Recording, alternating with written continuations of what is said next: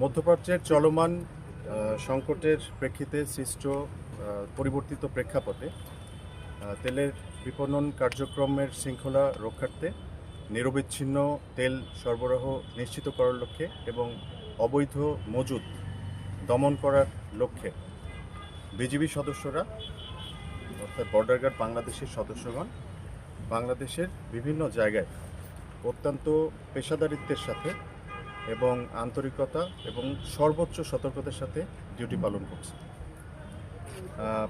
এর পরিপ্রেক্ষিতে আমাদের মৌলভীবাজার জেলার শ্রীমঙ্গল উপজেলাতে যে 3টি জ্বালানি তেলের ডিপো রয়েছে, এই ডিপোগুলোর 3টি ডিপোর নিরাপত্তার জন্য আমরা 3 প্লাটুন বিজিবি মোতায়েন করেছি।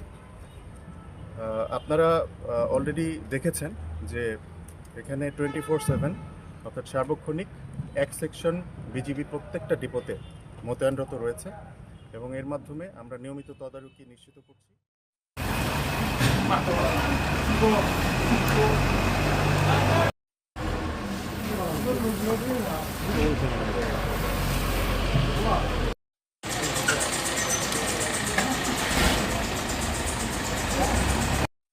আর মেজর বাল্ক অ্যামাউন্টে আমাদের মুক্তখান থেকে